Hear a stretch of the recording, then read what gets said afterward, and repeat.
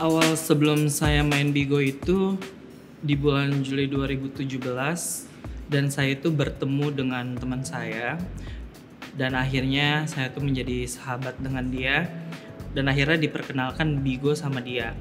Aplikasi apa itu Bigo, dan akhirnya aku sama dia main Bigo berdua.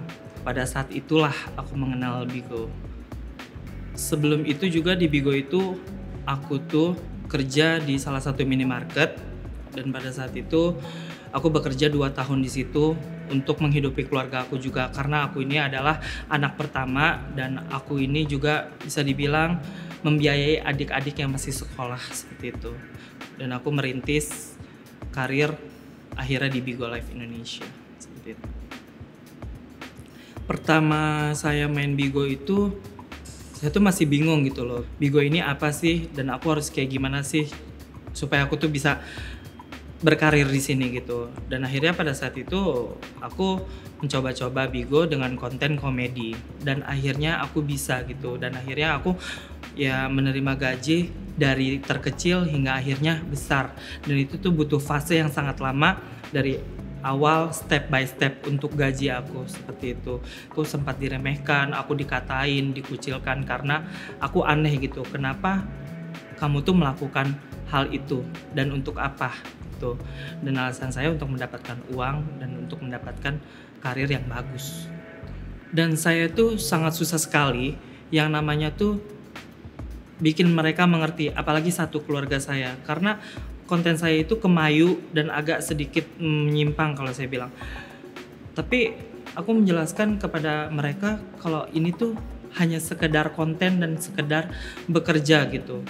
Dan akhirnya mereka mengerti, itu sih kesulitan yang pertama aku alami gitu. Dan awalnya itu aku tuh viral dan akhirnya orang-orang nonton aku. Dan aku juga bingung siapa yang mengupload video aku, dan akhirnya viral dan jadi hujatan dan akhirnya jadi tontonan masyarakat pada saat itu.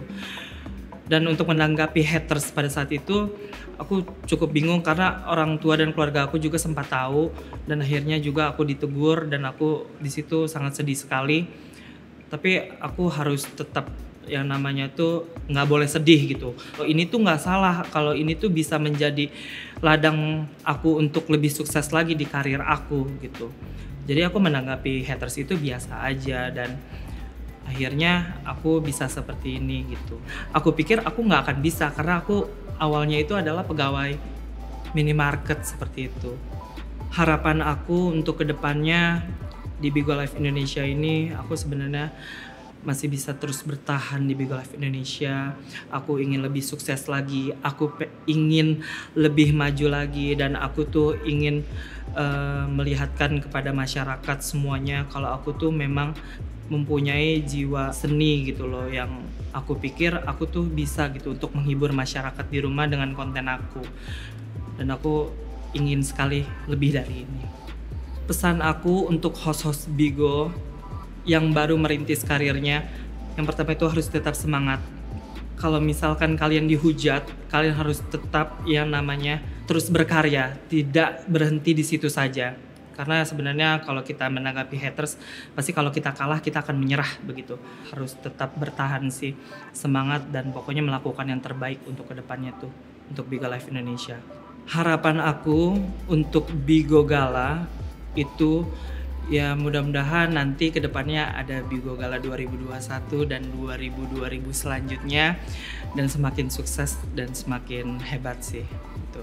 Dan harapan aku juga untuk Bigo Global itu bisa lebih mendunia lagi dan bisa untuk lebih mengekspos talenta-talenta yang ada di dunia. Itu aja sih.